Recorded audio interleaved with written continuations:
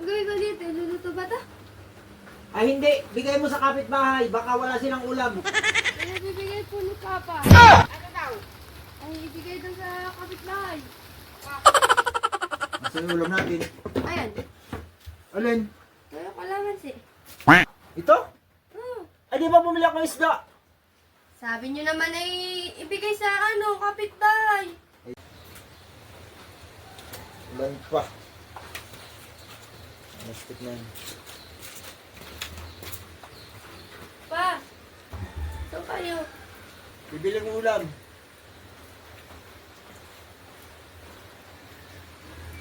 Pirik ng pirik. Magkano sa bangas na, Mare? 300 ang may makakatigil. Sa tilapia.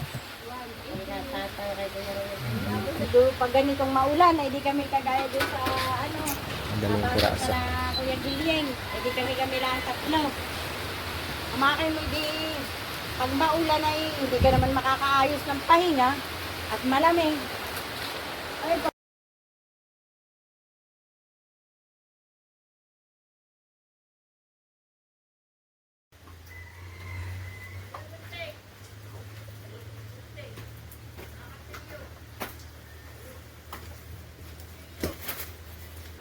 Real!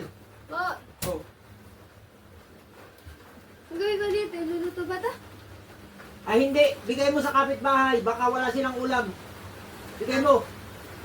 Alam na, bumili na nga ako ng isda.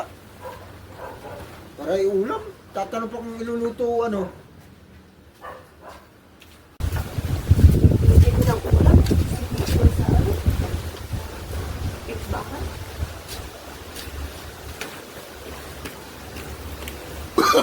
Oh, no, no, no, no.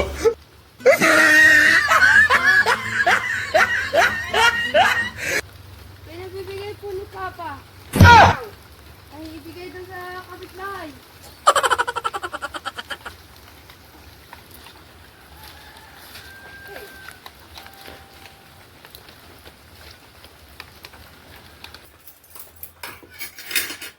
Ba!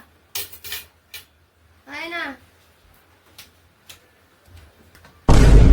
Nasa yung ulam natin. Ayan, Alin? tayo kalamansi. Ito? Ay di ba bumili ako ng isda? Sabi nyo naman ay ibigay sa kapitbahay. Tayo dyan, kalak. Ako yung nagtatanong na maayos. Oh, sabi, ay ibigay mo doon sa kapitbahay. Ay wala stick na yan. Wala tayong ulamin yan. Aba, ay mahal ko pa. Sabi, sumunod wala ang. Ay naku po. Na bata ito. Ulam natin tuyo ngayon. Imbis na isda ulam natin, wala. Magtitis tayo sa tuyo. Ay sabi nyo kasi ibigay sa kapitbahay. Ay wala stick na yan. Ay, titinala ko doon.